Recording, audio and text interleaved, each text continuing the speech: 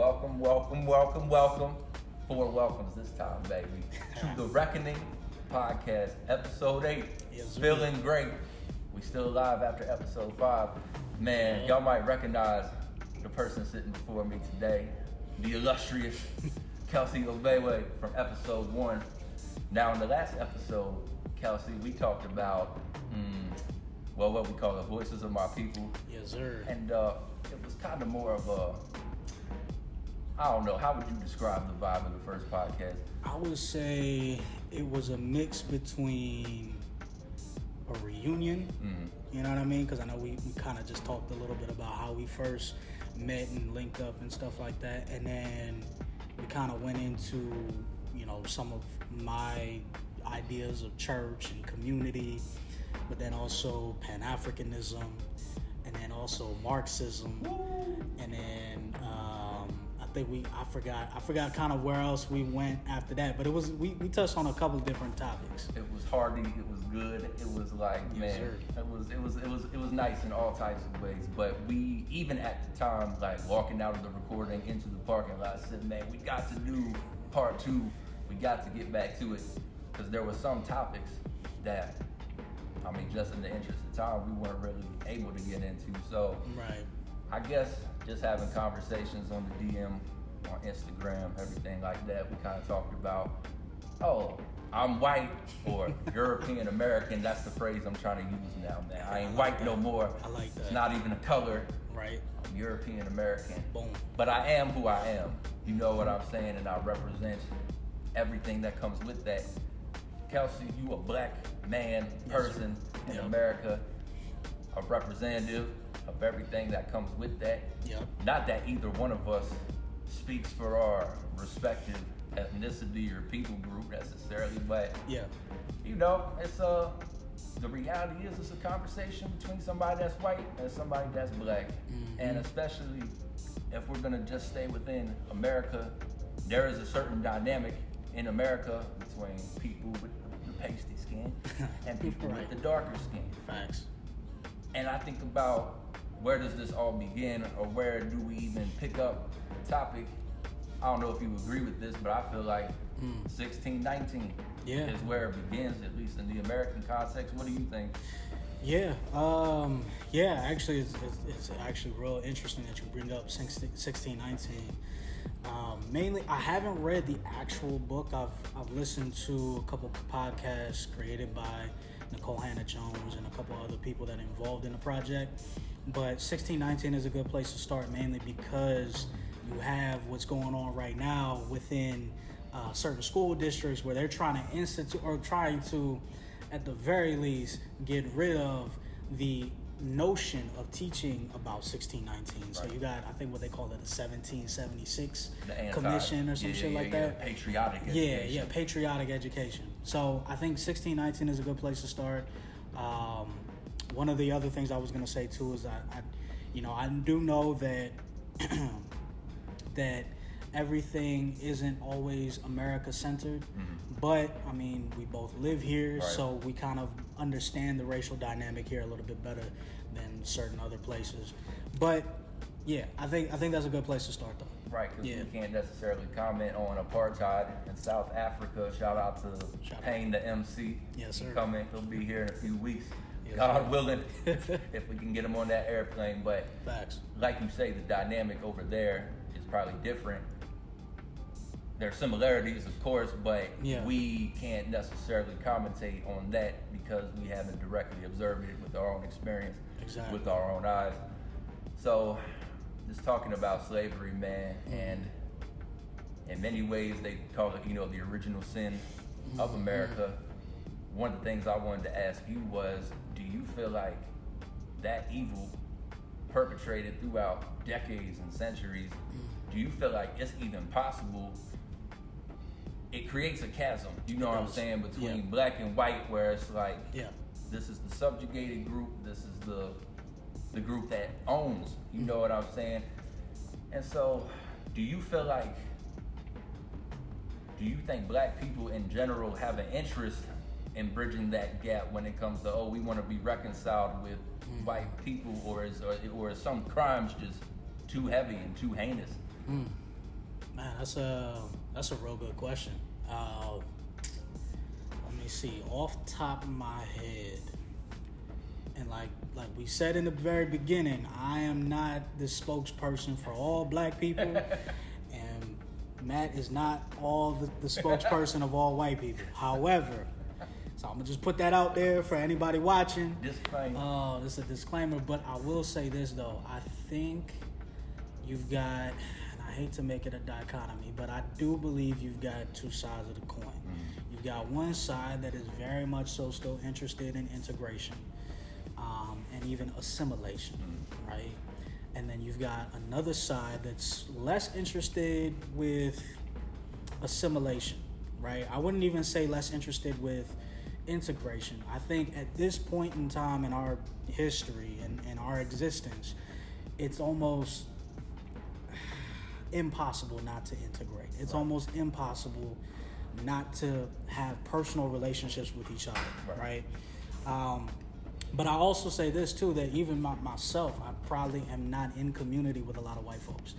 When I left the church, I stopped being in community with white folks. I mean, you and one other person are the only two white people that I actually have a actual like friendship with.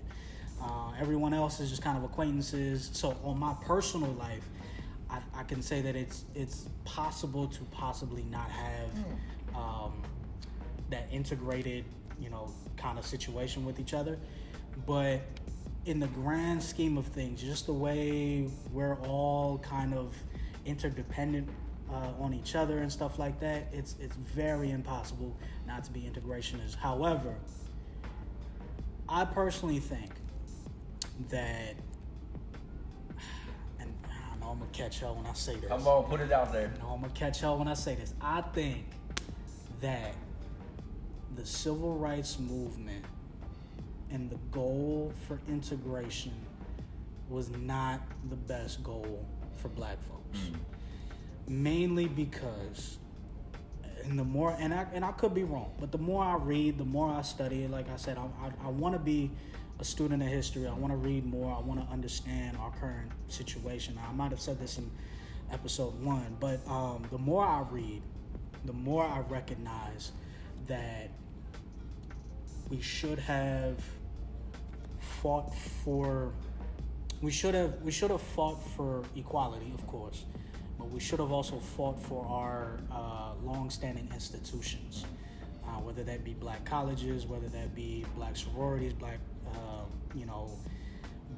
black specific places where we could find refuge in and educate our people. Because the reason why I say that is because when you look at what's going on right now with white conservatives who are going crazy over school systems and banning books and shit like that. I mean, we're in Maryland, but you go a little bit across the pond, you go to Virginia, you had the whole governor over there trying to ban Toni Morrison's The Bluest Eye. Right. And what's the other book that he tried to ban? Beloved.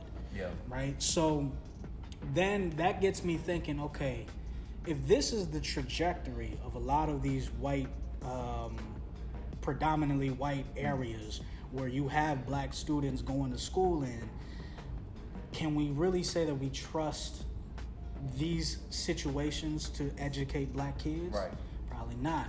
So then what do you think about it? And I'm not a parent, but when you do think about making sure that your child is raised with an education of understanding who they are as black people, you begin to wonder, was integration a good idea? Right.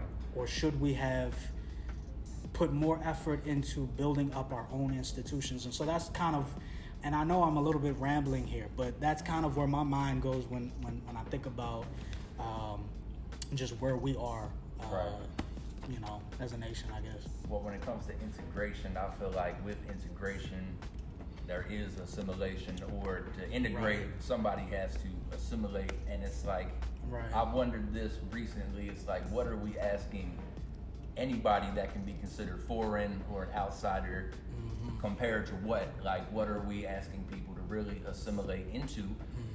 And something I learned in my social work program, I did not graduate. I was the college dropout. I was the master's dropout. But like Kanye West, you know, I'm here living the life of Pablo.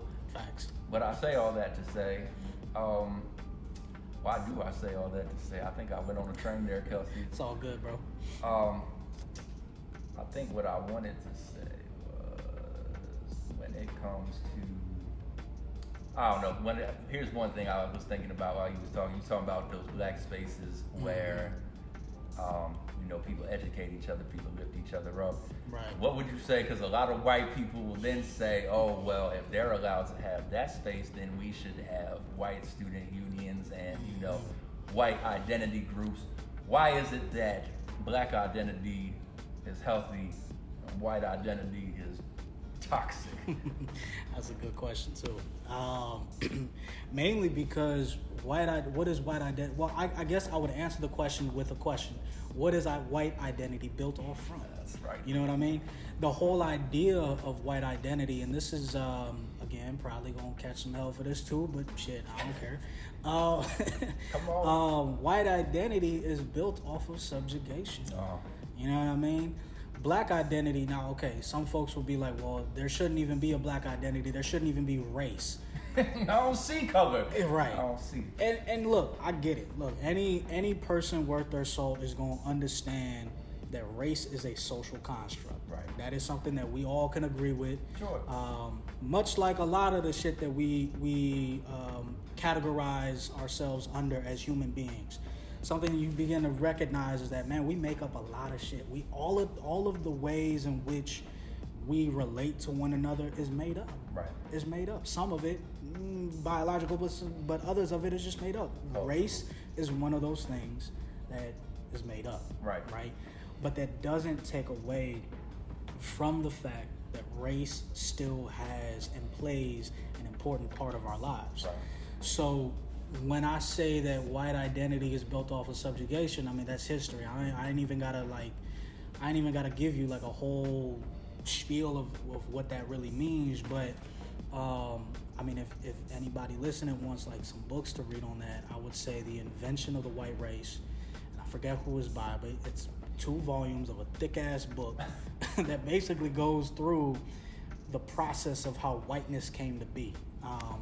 I wrote a piece on that actually back in 2020, and I might have it, but we'll probably put it underneath the description and shit like that.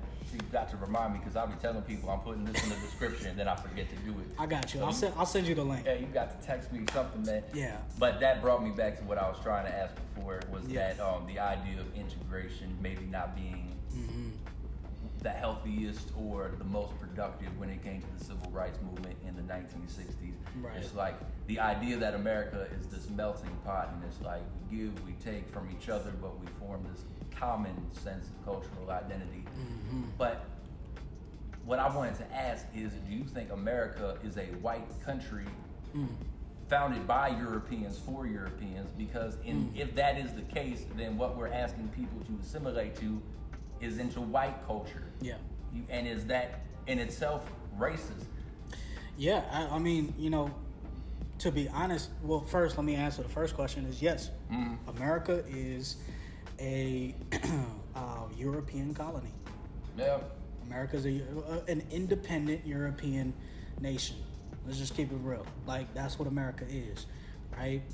And even when I took a sociology, race and gender and class, and we were talking about assimilation.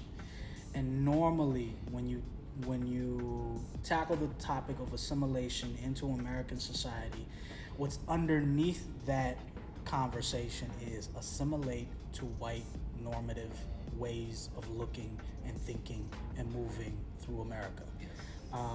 And so, yeah, in some respects, asking folks to assimilate is asking folks to get rid of their cultural backgrounds and what makes them unique, and therefore is racist, in my opinion. Yeah. I agree, man. And I guess if we establish that and say, all right, it's a white European settlement colony, we're asking people to adhere to certain norms and institutions that might not be natural to them culturally. It's like, what is the way forward for specifically Black people, because I think of the people that have really suffered in this society. It's like it's bar none. Yeah, right. Black folk, you know what I'm saying? It's other people have fared differently. So what do you make of some people said, well, we got to go back to Africa and found Liberia. You know what I'm saying? It's is there a home for Black people in the United States? See, that's difficult. That's a difficult question to answer. I would say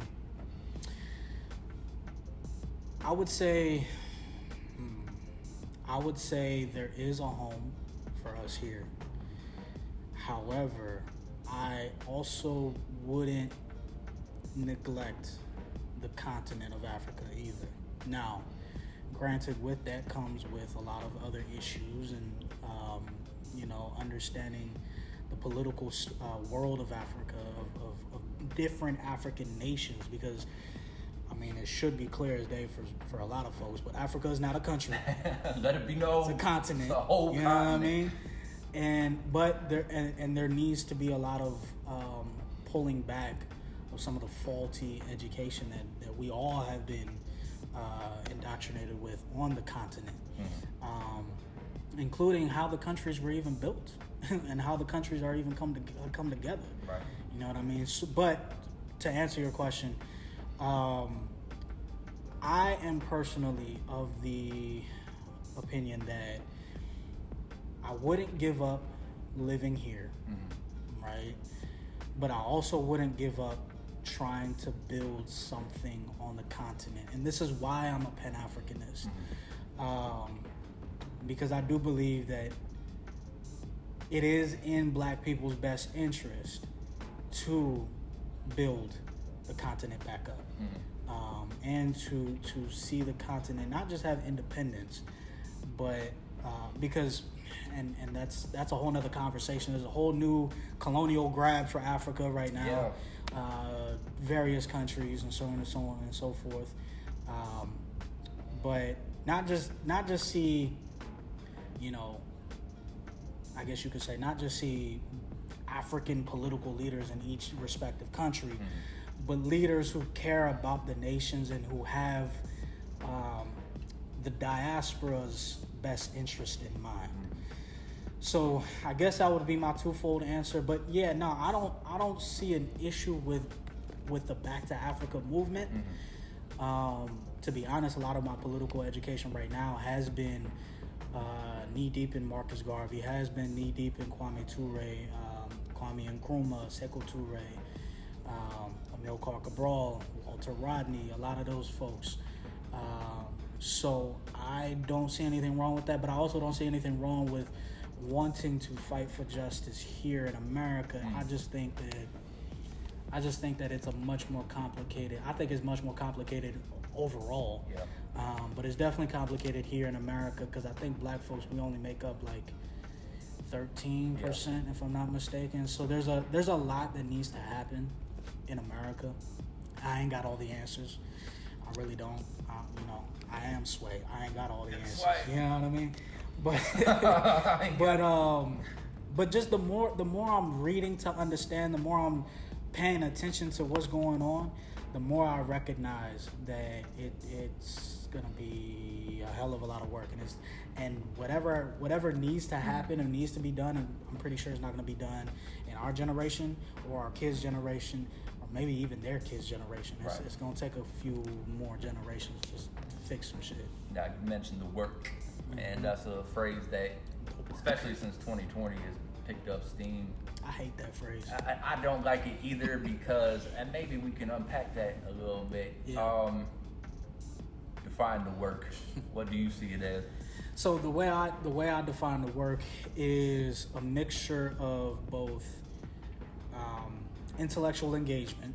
So that could be reading, podcasts, conversations, but also I would also say on the ground engagement as well.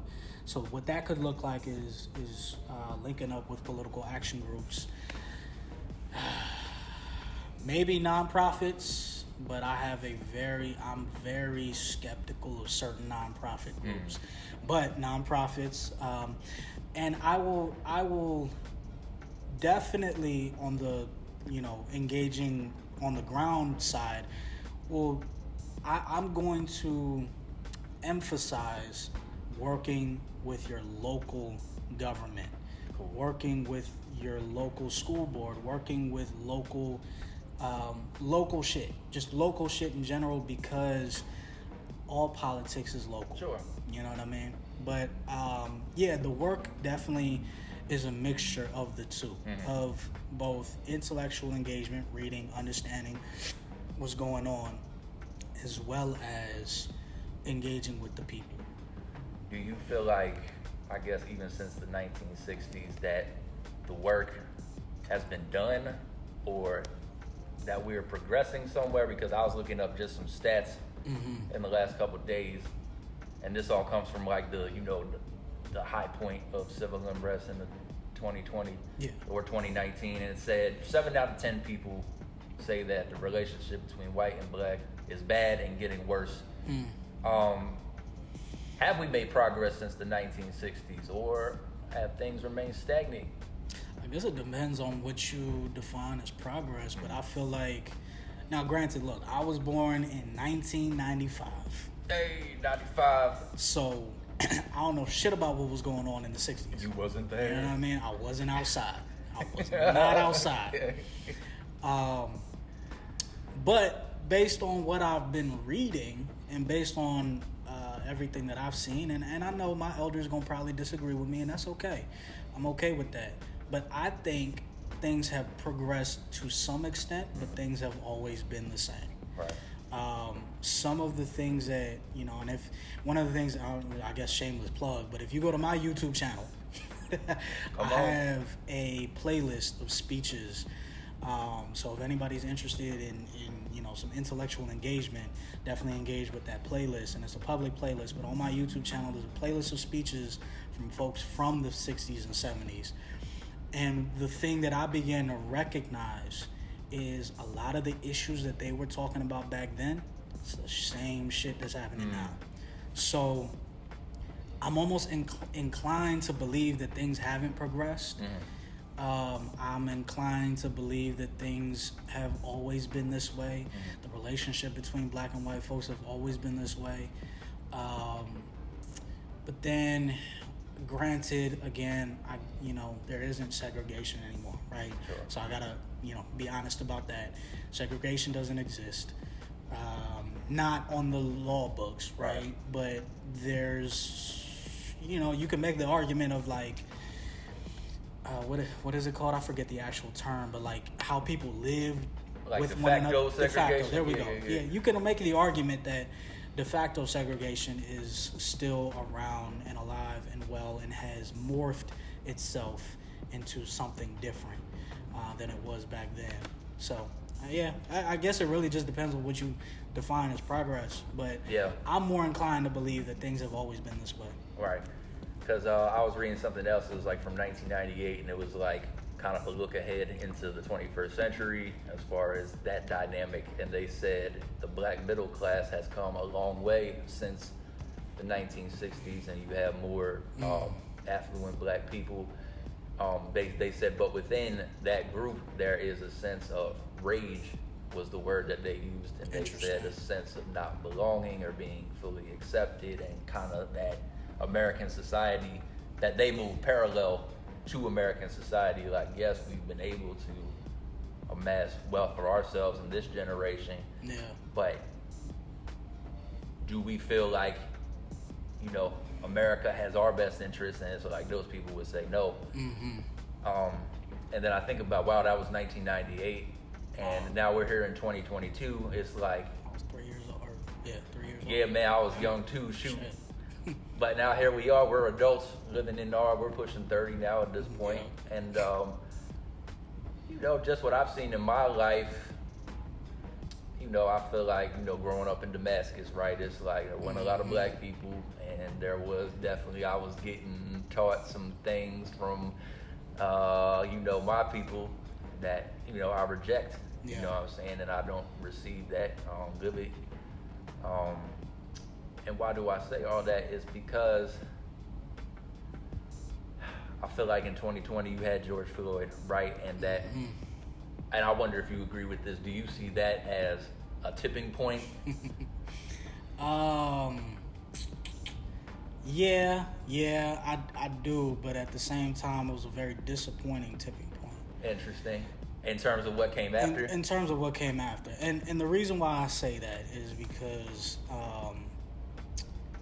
from like, and I think I might have made like a tweet or a post or something where I was just like, yo, first of all, it's been 7 motherfucking years and we still arguing Black Lives Matter over All Lives Matter. Man, that shit pissed me off. That shit pissed me off because I'm like, 7 years, bro. Yeah. But then at the same time, I was in the very, you know what? Okay, I'll be honest. In the very beginning, when I seen everything that was popping off, I was very happy to see white folks be more on the street, going to protest. I had attended one out here in Gaithersburg.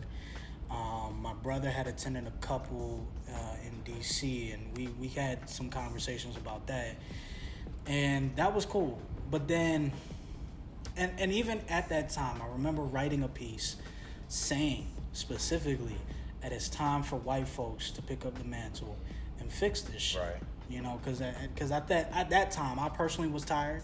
Yeah. But that was also my fault too. I thought that my role in all of this was to agitate the consciousness of racist deniers, right, racism deniers, or just white folks in general who just didn't see, the big picture.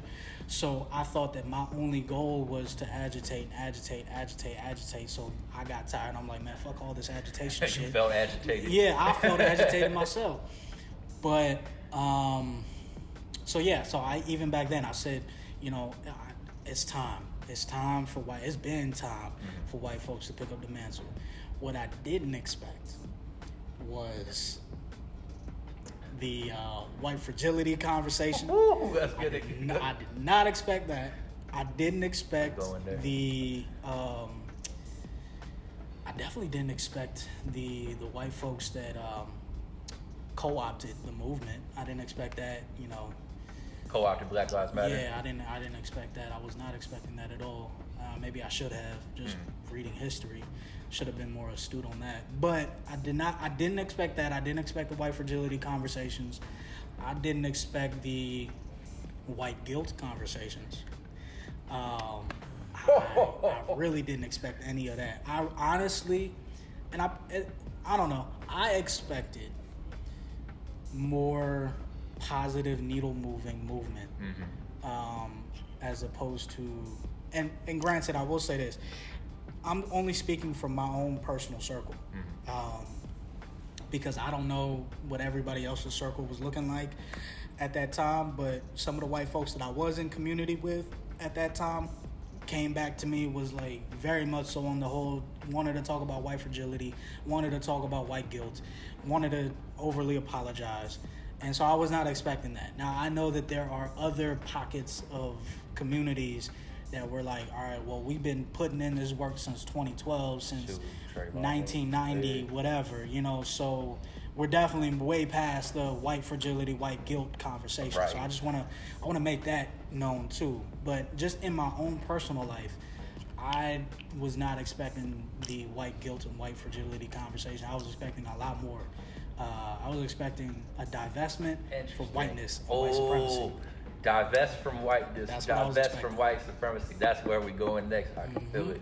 All right, so with George Floyd, and it looked all the world like it was a cataclysmic event, that there was going to be a shift in consciousness, I guess, among white people in terms of what they've been talking about this whole time. It really is the case. Yeah. And like you, I was encouraged to see people in Damascus taking the street. I said there's never been a protest in Damascus for any topic, but people was out there, and it was mostly white people. Interesting. But then you think about the months and now the years that have followed that event, and like you say, has the needle really shifted any positive way? Has there really been a shift in the way white people think about these things? And like you said, we can only really observe our own circle, and it's like, you know, there was a time when, yes, we need to defund the police, and in fact dismantled the Minneapolis Police Department, and it's like everybody was on board with that when they see the video of George Floyd with the knee on his neck. I mean, that raises something very visceral. Yeah. And it seemed like all people's minds, like people who I would hear argue against, oh no, racism is dead, this you know, we're past that. They're like, wow, maybe we really do have issues specifically with the police. But now you've seen a return to, oh God, there's crime in the streets, so we need to refund police and we need to equip them. Yeah. I'm like, wow, nothing has been accomplished. And in many ways, here it is. It's the crime bill in 1992. Again, Democrats talking about being tough on crime and, oh, maybe we need to stop and frisk.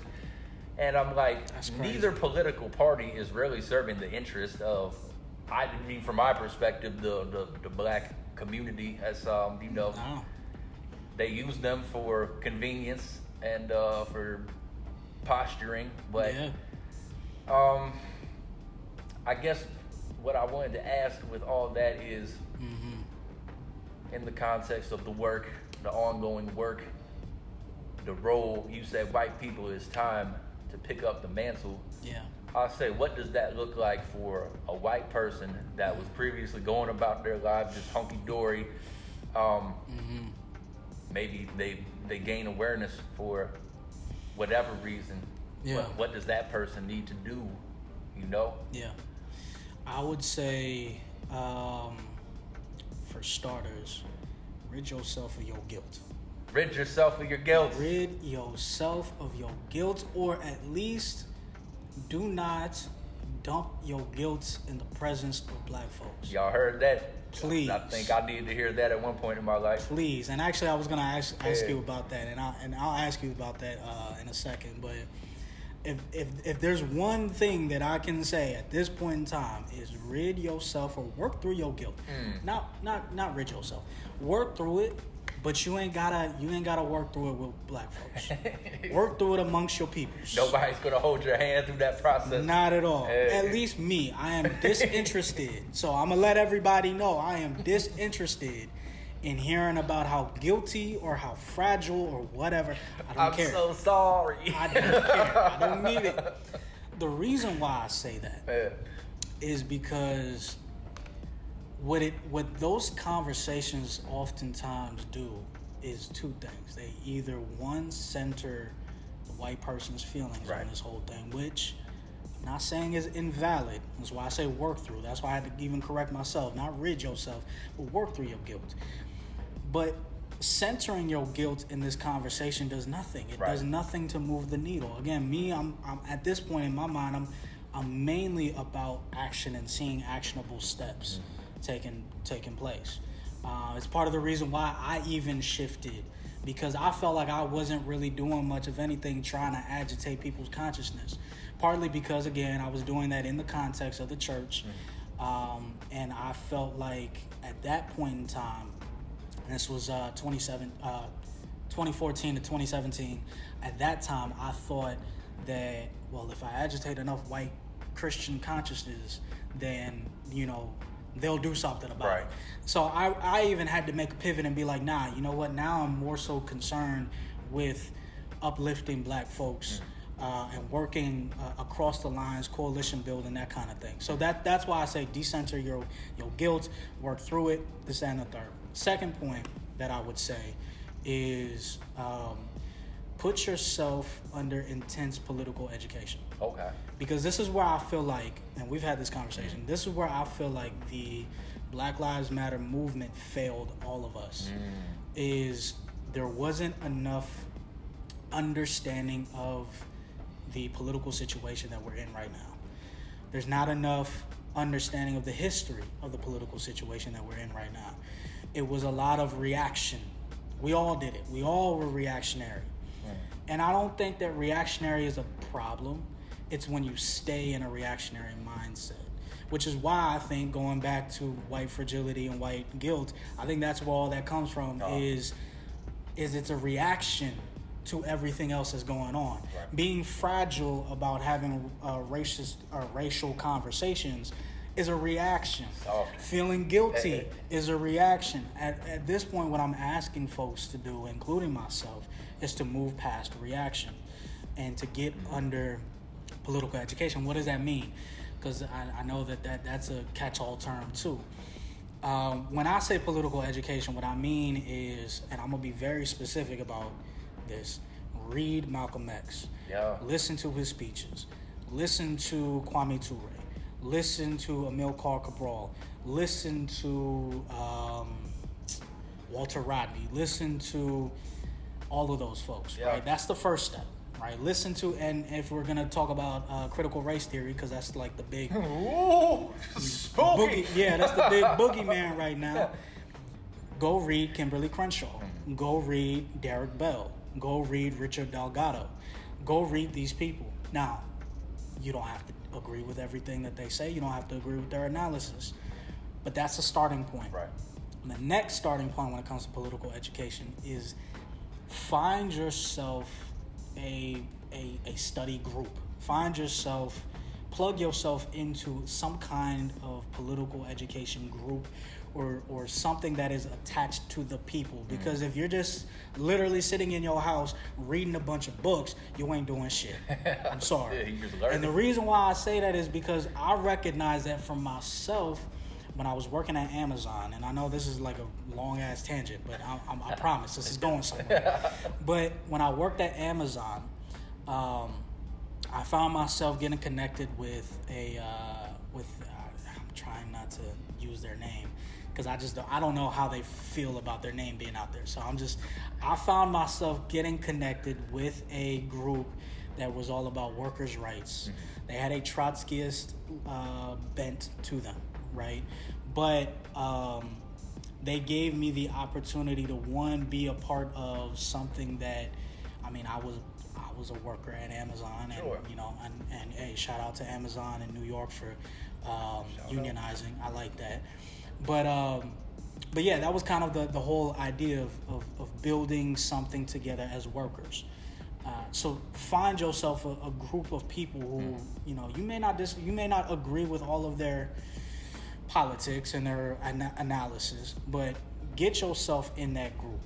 And then the third thing, the last thing that I will mention, is once you've gotten yourself, and political education is a constant process. I'm still going through it. Always there are things that I might say in this podcast, in the last podcast, and any future podcast that I probably will disagree with, because my understanding of the political situation has expanded. So I'm not sitting here, saying this as someone who's got it all put together, because I don't. There's still hella shit that I don't understand. Last podcast, I said something about, trying to read through Marx. I still haven't. I've been listening. It's just because of everything else that's going on in my life. Like, I'm still trying to figure that out. So I don't know exactly where I stand on some of these things. But anyways, the third thing, the last thing that I would say, and this is something I brought up earlier in our conversation, is get yourself connected to your local politics, local. And when I say politics, what I mean is, I'm not talking about run for city council or, run for board of education or anything of that sort. Like, if that's not where you find yourself, that's cool. That's all right. But connect yourself to some kind of either connect yourself to the schools, or connect yourself to, and I don't know who the demographic of this podcast is, so if there's like parents or stuff like that who are listening, I'll tell you afterwards. It's very interesting. So if there are like parents who are listening to this, connect yourself to your kid's school, because I think that's where it all starts. But also, the other thing I was going to mention too is connect yourself to, and I lost it. Oh, it's going. And I lost it. It was school, because it was two. Oh, there we go. Advisory groups. So in Montgomery County alone, There are a bunch of different advisory groups. Right now, me personally, I'm connected to the African Affairs Advisory Group. And they are a group that holds our county executives accountable to the needs and desires of the people. Right. Now, this is specifically African immigrants, right? Me being a Pan-Africanist, I'm definitely going to make sure that I connect with the Caribbean Affairs Advisory Group and the African American Affairs Advisory Group. Sure. But connect yourself in some way, shape, or form. And these groups are not asking for like your money and shit like that. Like, they're not asking for 50 hours of your week. These groups are simply just groups of individual people who live in your area who want to see their county executives, the people that they voted for, hold themselves accountable to the promises and shit that they made. Sure. So that's part of doing the work. That is part of, again, paying attention to your local politicking. Right. Not just federal, it's not enough. To me, it's not enough to just come out and vote for your president, every 4 years. Because the county executive is going to have way more influence over your day-to-day life than Joe Biden or whoever's the president of the United States. Exactly. So those are the three things I would say, and just to sum it up, because I know I went long, but three things is work through your guilt for white folks. Work through your guilt, work through your fragility outside of black folks. Work through it amongst each other. Get past that, right? Then go into political education. And then the last thing is get connected with the local politicking of your area. That's it. All right, now you wanted to ask me something about white guilt, and I think that's important to bring up because it's probably going to be a lot of white people that's talking. Well, let's see. Let's see if my trajectory is like y'all's, man. So what did you want to ask me, Kelsey? What I wanted to ask you was, what was your process of dealing with white guilt? Well, first of all, what was your process of becoming conscious of everything else that's been, Interesting. And then how did you process through your guilt? All right, so my gaining awareness, it didn't happen until I was probably 22. Like I said, I started to talk about earlier about coming up in Damascus. My whole family was conservative. It was nothing to say the N-word with the hard R when you're talking about black people. You know what I'm saying? Getting into hip hop when I was about 9 years old, and it started to affect the way I dress, the way I, carry myself, the words that I use, even the accent that I talk with. In this, my peers will look at that and they say, "A race traitor," just somebody that is an N-word lover. You know what I'm saying? Damn. And understanding that it was like, at the time for me, I thought I loved black people because I loved hip hop. And I said, hip hop culture is black culture. So the more I can get down with that, the closer I will draw in proximity to blackness, which even to me as a child, that was a positive. And that's something that just came about. I don't know if it was the influence of certain cousins. Shout out to my cousin, rest in peace, that gave me the DMX's Dark and Hell is Hot CD. And I was rocking that without my parents' knowledge, man. Yeah. But so here I am thinking that, Barack Obama starts running for president, and I look at him and I say, wow, this is, the guy. I said, man, if he can get in there, this is going to be so positive for black people.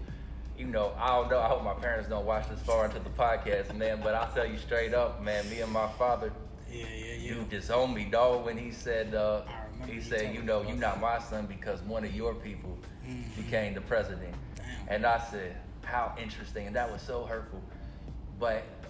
And so I'm thinking, I'm a martyr for the cause and blah, blah, woe is me. I get to college. This was in the time when Trayvon Martin had just got killed. And so I said, my God, and I was reacting emotionally to it. Yeah. But one of my roommates, shout out to Isaiah Hasker. I doubt he watches this. Shout out to Isaiah, though. Shout out to Isaiah Hasker, man. And this is relevant because I was sitting there talking to him one day, and I was like, wow, isn't it great that America is a post-racial society? And I think it was in the context of Macklemore.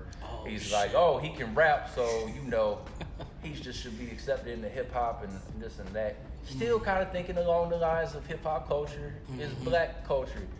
He said, don't you ever say that to me again, bro. And I was like, what are you talking about? He's like, don't ever say we live in a post-racial society.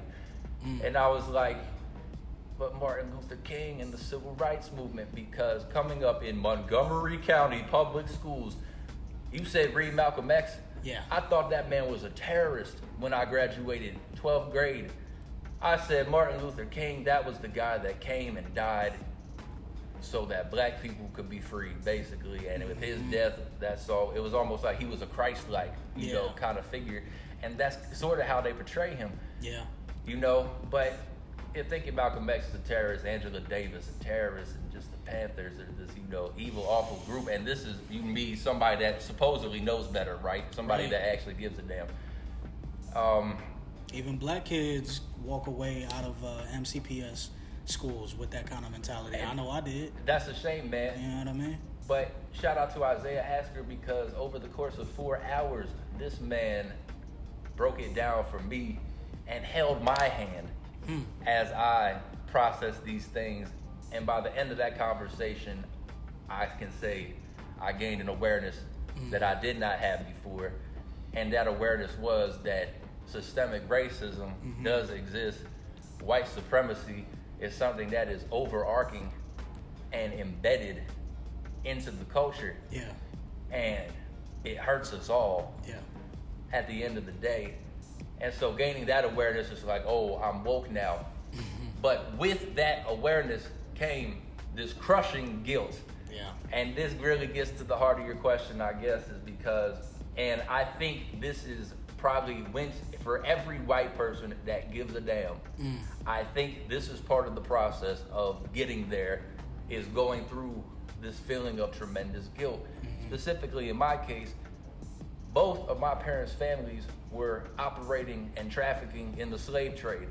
You see a black person with the name of Thornton, that's not my cousin. That's not your cousin. I say we relate in a totally different way. Yeah. Come to find out, you know the farm where we had the bonfire? I dig the records. It was slaves that was working on that land, growing tobacco. Yeah. So this is my history, my heritage. And just thinking, wow, whoa, my people was the ones that caused this evil. I said just the hurt and the subjugation that you could look at your fellow man and think of them less than a dog. I say this is truly evil. So I had to denounce my ancestors, curse them. I say, if heaven is real, dog, and if they there, I can't eat at the same table with them because there's no love there. Right. And I'm saying, and y'all might disagree with me, but I say when it comes to me as a white person or a European American, I feel as if I am cut from a totally different cloth. Yeah. And I want you to speak on this too. It's like, I feel like because I don't run with those people, mentally for me, I was able to jettison the guilt because I said, I am not like those people. In fact, my trajectory is completely different. And so in that way, I think I was able to absolve myself mentally. Yeah. But then there might be other people that say, no, that is always going to be a part of who you are. So I don't know, man. Yeah, that's tough. That's tough. First of all, I want to say, appreciate you sharing that. Sure. But second of all, you know, I guess this is where I say the important factor is divesting from whiteness. Yeah. Right? Let's talk about that. Because, you know, you have on one side of the conversation, you have racism deniers who are like, well, that happened 400 years ago. That's not my family. Right? But it is your family. Like, look it up in the records. It's your family, homie. It's right there. But at the same time, you want to distance yourself away from that. And maybe I'll actually ask you about this. Okay.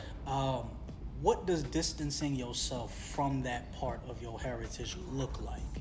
Because that's a real interesting topic. I think this is important for white people to understand. Like Kelsey just said, y'all divest from whiteness. I say when you occupy this skin tone, whatever, it's like automatically, because of how everything is set up, you are going to be benefited by society in many different ways. I ain't gonna get so super specific into how that privilege manifests, but I would say as a white person, privilege is manifest in your life in many, many different ways. To divest yourself of whiteness is to say, I'm going to take on the cause of blackness and reject privilege, and when I receive privilege, utilize it in a way that benefits and ultimately leads towards black liberation. You know what I'm saying? And that has to be the goal, because otherwise you're just reaping stolen fruit. I say it's not your privilege to receive. And I think it's very painful when you ask white people, and this is something I don't really hear in any, anti-racist anything, is to say, look, whiteness is not a good thing. This culture, whatever, I'm thinking of the dudes with the boat shoes and the shorts and the, just those people who live totally blind, you know what I'm saying? And they don't care. It's, that to me is just sick, you know what I'm saying? Yeah.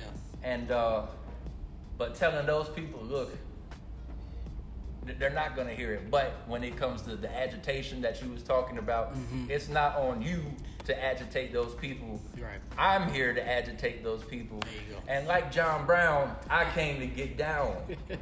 That's why I say, and Kelsey, I want to ask you this, is what does it look like to be a white person that goes hard for blackness? I think, look at John Brown. I mean, he was kind of crazy at the same time. Yeah, because I know he got into some arguments or disagreements with Frederick Douglass. Sure. You know what I mean? But, that's bound to happen. But it's like, all right, this was a guy that believed so much in the cause of freedom for black people that he was willing to fight and be hanged. That, to me, is what divesting looks like, because he could have lived his life in peace, but instead he chose a violent death so that maybe black people could be free. And to me, he get the utmost respect. But is it every white person's burden that you have to die for the cause of blackness? I don't know. And that's a real good question. It's funny because as you're saying that, I had this line in a song. I don't know if it'll ever come out, but I had this line where I said, why, what did I say? That's what I said. I said,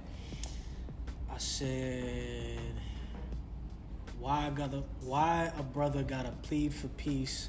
Please explain that to black folks. Don't go all lives matter. Matter of fact, fuck a peace talk. Really? Talk with them bills or spill blood for them dry bones left alone on concrete. Ooh. And what I'm talking about in that last line, when I say fuck a peace talk with them bills or spill blood for them dry bones left alone on concrete, what I'm saying is reparations. Or put your bodies on the line. And the reason why I say that is because I think, and I know people, I can already hear it. I know people gonna be like, man, I ain't putting my body on the line for nobody. They shouting through the camera. I get it. I know. Trust me, I get it. But at the same time, when you think about, and the reason why I put that in those bars is because I'm just thinking specifically about the various videos that we see of police officers harassing the shit out of black people. I want to stop seeing people just record shit and actually put themselves in the line. Jump in. And I get it. That's asking for a lot, because guess what's going to happen? Your ass is going to get arrested. You're going to be hit with either assaulting an officer charge, or you're either going to be hit with disorderly conduct or something of that sort. Now, I understand that that's a very, very serious thing. I got arrested on something like that. I ain't going to speak on it right here and right now, but we've talked about that. Yes. It's not something I'm personally proud of, because I'm, that situation was different anyways. I ain't going to get into it, but putting your body on the line, I think, is the strongest thing that you could do. Now, that looks different for every situation, right? I'm not necessarily saying all you white folks out there go be martyrs for the cause. Because then what starts to happen is, again, that censoring whiteness, and I ain't trying to do that. I ain't trying to hear that. I'm not asking for every white person to be a John Brown, get hanged for the cause. But what I am asking is to, in that line and in everything that I'm saying, is to put the lives of black folks at the forefront. That's it. Right. If I can really break it down to something very simple, is putting the lives of black folks at the front and center. Putting the lives of human beings. Because you know what? I know, and trust me, I'm not one of those, I don't see color, blah, blah, blah. We already talked about that in the very beginning. Racism or race doesn't exist. Hold on. Bring it back. Because I already know. I caught myself. Race doesn't exist. Racism exists. Race and racism have a specific influence on the way we live. Sure. Right? So we already covered that. But if you look at it as, man, I'm putting my life on the line for another human being. I'm putting another human being's life at the forefront. I don't know why you wouldn't put your life on the line. I'll say, and that's love. Not to get all preachy, but it's like the Bible says, there's no greater love than to lay down your life for a friend, for a brother. And it's I think I agree with that in terms of being aware just of somebody's humanity. I think that's just that basic level of respect will carry you a long way. And unfortunately, I look at my peers that occupy this skin tone and I say, a lot of y'all is not there. You know what I'm saying? And it makes me so angry, Kelsey. I tell you what, to be around my people, and you would not believe I'm putting y'all on blast on this podcast. Look, when the doors is closed and you at Thanksgiving dinner, what's the uncle talking about? What's the grandma talking about? What do you feel a little more lax to maybe trafficking or maybe that joke that Uncle Dave told? Yeah. You know what I'm saying? What does your mom feel like? What does your dad feel like? It's what are you doing to, one, reject outright, to denounce it and put an end to it? Because look, this stuff trickles down from generation to generation. Yeah. What I feel like, besides all the practical things that you mentioned, becoming politically engaged, reading, processing your guilt away from those black circles, and let me ask you this, Kelsey, do you feel like, because, all right, I mentioned, jettisoning white guilt, saying I'm cut from a different cloth. And maybe that's what I need to do mentally in order just to reckon with the reality of slavery. It's, that is, so horrific. And to really, I don't think it's possible to live, what am I trying to say? Is that, all right, I recognize myself that I am a human. Within me there is humanity. Yeah. And it's like, I don't take on the identity of a slave driver or somebody that trafficked in that evil act. It was like, yes, it's on us to move against it and to do the opposite. What I wanted to ask is, do you feel like there's a such thing as a positive white identity? That's a good question. And I can speak on this, but I wanted to hear your perspective, You know what? I don't know if my mind has changed on this, but I'm going to tell you what I used to think a couple years ago. And then we'll see. Once I vocalize it, we'll see if I change my mind. A couple years ago, my thought process on white identity was that whiteness should be, like, the idea of whiteness should be divested from. Yep. But one should then embrace, because I get it, like, there's this whole, okay, well, what happens if I divest from whiteness? Where do I go? Where do I go? Go back to your roots. Go back to your Germanic root. Go back to your Parisian roots. Go back to, you know what I mean? Like, that was kind of my mindset back then. I think I still think that way because I do believe that I guess is the difference between race and ethnicity, right? That your ethnic heritage is something to still embrace, because that's one of the things that I've wanted to say for the longest time, is that this creation of whiteness did not just subjugate, those who did not fit into whiteness, but it also subjugated those who do fit into whiteness, because then what happens is you're forced to see yourself as white and not as Italian, not as German, not as British, not as Armenian, whatever, you know what I mean? So I guess I probably still agree with that. I mean, I don't know if I will agree with that mentality years from now, but for right now, I think that's where I can see I guess you could say a positive white identity, but it's also hard to even put positive white identity in the same sentence, because again, knowing what I know about that identity and that the creation of whiteness, is like, is there even a positive identity? But yeah, I really want to hear your perspective on that. I think that in terms of whiteness, there is no such thing as positive white identity. What you said, lean into your roots, and this is what I have begun to do recently, and say, I'm not white in the American sense. Yes, by not happenstance or whatever, it's like, yes, because of who I am, I occupy this place in American society, and they call that white. You know what I'm saying? But truly, I'm British. I'm an Englishman. You know what I'm saying?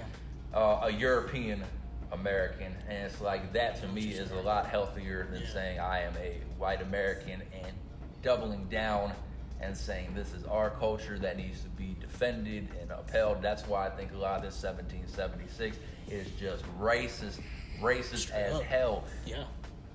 It's like, okay, you are so afraid of the idea that maybe there was some fuckery. Maybe there was some in the past that's like, we are going to go completely opposite and don't even let the thought enter into the minds of children. Y'all are sick. You know what I'm saying? I say, this is like, you and me, we can never sit at the same table and eat the same food, because there is no love lost, and I want y'all to know that. Well, you know what? My bad, I didn't mean to cut you off. But there was another question that I wanted to ask. So then, please. What happens if you understand yourself as being Dutch or German or whatever, and you also understand that that's a colonial identity too? What happens? What happens with that? I don't have an answer for that, but I just wanted to throw that out there. That's probably the only curveball that I'll throw at you. Say Dutch and colonial, in the sense that those are, like, there's a strong history of colonialism within those that they participated groups, or they were colonized, that they participated in. I say, oh man, well, like I say, the British were, and if I'm saying, I'm not white, I'm British. Well, who was kidnapping people in Africa was the British people. Why is English spoken all throughout the world? It's because of colonialism. And it's like, all right, this is not good. But you know what? I think to that, and I haven't even really thought about this until just now, it's like, you have to keep peeling it back. You know what I'm saying? And it's like, okay, yes, your family as a British man trafficked in this evil. Like you say, it's all a cultural construct. There's no such thing as England. There's no such thing as America. Not at all. I say I am who I am, and it's like, that's why I say, look, white people, you allowed to love yourself, recognize your own humanity, but at the same time, you have to keep present in your mind just like the reality of how the stuff that happened 400 years ago manifests today. Because you think about it in the scope of history, that's not that long, bro. It's not a long time. You think systems and institutions are going to be so altered in that brief amount of time that, even since the 1960s, say that that's the starting point. How much growth can really happen in the period of 60 years? That's one generation. And to say that, we've made it somehow, it's like, the work has only just begun. It really has. And that's why I said earlier that this shit it's going to affect our kids' generation, their kids' generation, and their kids' generation. Because, I mean, and I used to say this too, if it took this long for America to get to where it's at, then it's going to take equally as long for America to undo it. Now, facts. The other thing that I've been really trying to understand and wrap my mind around is, or developing, I should say, is developing more of an anti-imperialist framework, anti-colonial framework. And so that requires me to look at this in the context of all other colonial realities. And that's why I brought up the whole colonialism and colonial ethnic groups and shit like that, because I think what you just said is a perfect answer to that question. I think it just requires, again, more peeling back. Right. So it's not enough just to say, you know, I no longer associate myself with the American slaveholders and that, you know, that identity or whiteness, American whiteness. But now I still, and this is where political education comes in, right? Is now I got to deal with the colonial reality, and that's a whole nother reality to pull back. And I think that's still important to deal with because, again, the work is never done. Right. And I think it's important just, you know, to understand your place in history. Know that you have arrived here. You didn't ask for it. You popped up because your parents was doing what they did. You know what I'm saying? And here you are now, to say it's 2022. Hopefully in 100 years, this episode will still be on the internet. Facts. But we're here right now. And it's like, none of us can control what happened in the past. But understand that all those things brought you to this point, and you are here in your position because of that. Yep. You're not divorced from it. Exactly. And so you gotta do what you gotta do. I'm telling you, white people, step it up. Because, man, it's been real weak. The fact that you said you had 2 white people that you was cool with, to the point that, you know, that's I say, man, I know it's a lot of y'all out there that is like-minded, and I'm grateful for y'all. But I know that the other 60% are watching this. You're going to be commenting on Facebook. I already know what you're going to say. Y'all are whack. But maybe if your mind has changed, you can come and sit at the table one day. One day. You whack ass motherfucker. Whack ass motherfucker. This is the anger podcast. Oh, shit. Nah, but you know what though? That's a good point, and that's what it all comes down to. The other thing that I wanted to mention too, and I don't know if we gonna like finish out on this point. I say we could probably finish out on this point. The other thing that I wanted to mention, and I guess this is. Again, this is more of where I'm at now, and you keep hearing me talk about political organizing, mainly because, and this is something I mentioned to you off camera, but I'll say it on camera now, is that the conversations that stop at white and black personal relationships are not doing any good. Because if that was the case, then racism would have ended with integration. Right. You see what I'm saying? Because the idea was, well, if we just put ourselves with each other and integrate into each other's worlds, then everything will be fine. And I'm oversimplifying, obviously. There were other economic and political reasons for integration, and I can understand that. But if integration were the end-all be-all solution, then racism would have already been ended. So this whole conversation of and that's really what I want to push people out of, is this idea that, if I just get enough black people in my life and have really good personal relationships with them, then I guess I'm doing the work of ending rape. Nah, you're not. You're just existing around black people. That's it. The real work, and I'm not saying that's not real work. Let me correct myself. That's not to take away from that, because I do think that that's important. I'm like I said, I'm about coalition building, and part of coalition building is being able to work through those personal relationships. But at the same time, it's not enough to just stop there. Yeah.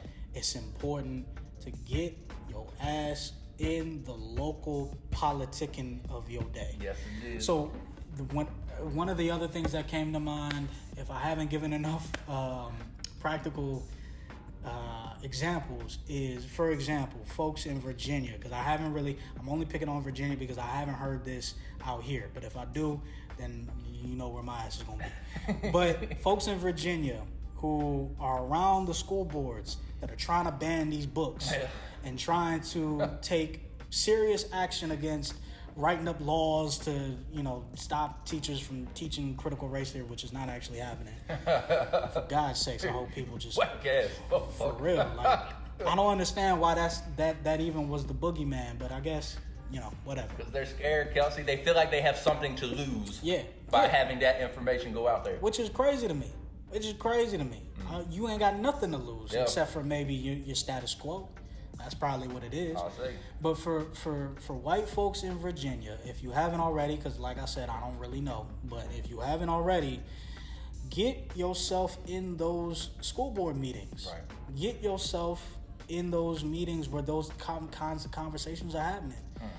It's not enough to just be like, well, I got black friends and, they don't like this and da-da-da-da. Okay, move from that particular space and get yourself in those school board meetings and be like, nah, we ain't banning Bluest Eye. We ain't banning Beloved.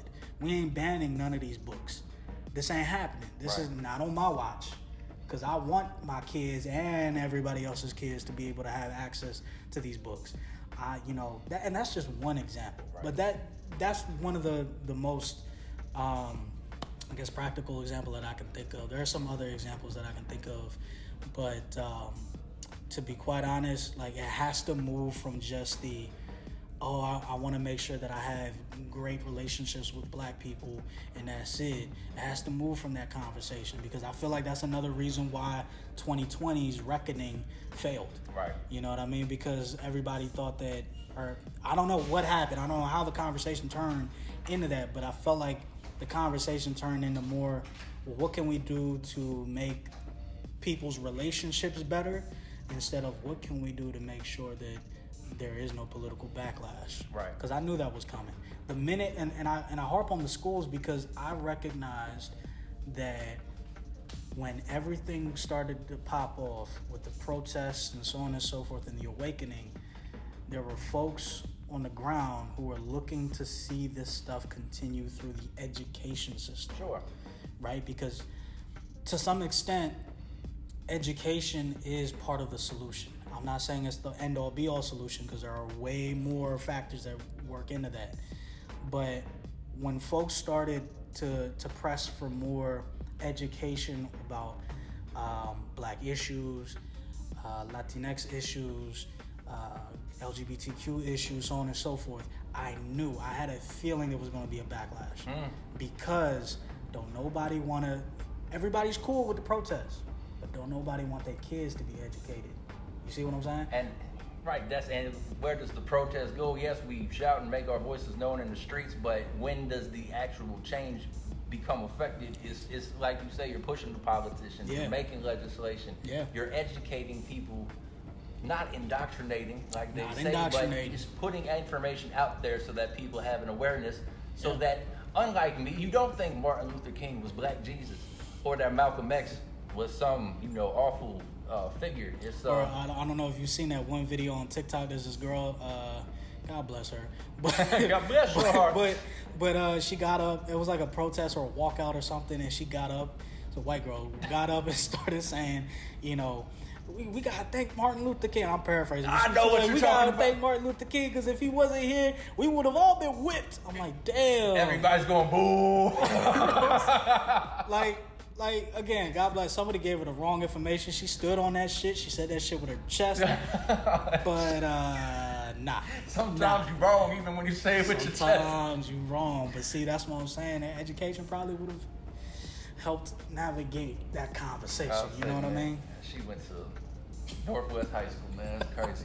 That's crazy. I didn't know that. All right, Kelsey, I think that was great. I love this Appreciate that, bro. I think We ain't solved the issue, maybe, but I think this was important. This was just important. to have this conversation. Yeah, and look, you know what? I'm not of the opinion that conversation solved the problem, because that's the other problem that we saw in 2020 was that niggas was having so many conversations, conversation after conversation, and we having a conversation. Yes, we are. But conversations are the starting point. Right. Conversations are not. They're not the end all be all. Yeah, you know what I mean? So I would hope that from this conversation, people got some information. Were challenged a little bit, maybe, you know, and take from this conversation moves to action. Because that's really what it comes down. Even me, I had to recognize that for myself, was that it's not just about agitating people's consciousness. It's not even as an artist, even as a spoken word writer, even as a poet. Like, I've even been challenged by other people within even my own art form to just take it outside of the art too. That's part of the reason why that I started getting connected with these, you know, affairs advisory groups and stuff like that. And even, you know, I would love to maybe, hopefully one of these days, plug myself into the educational system, because you hear me talk about education all the time. But it has to move from just conversation into action, and then that's what I hope folks take from this. But yeah, man, no, I appreciate this. Let this conversation lead to action. Yes, sir. Appreciate you. Appreciate you, bro. Oh, no. Episode 8. You did great. Yes, sir. See y'all next time. See y'all next time. Peace.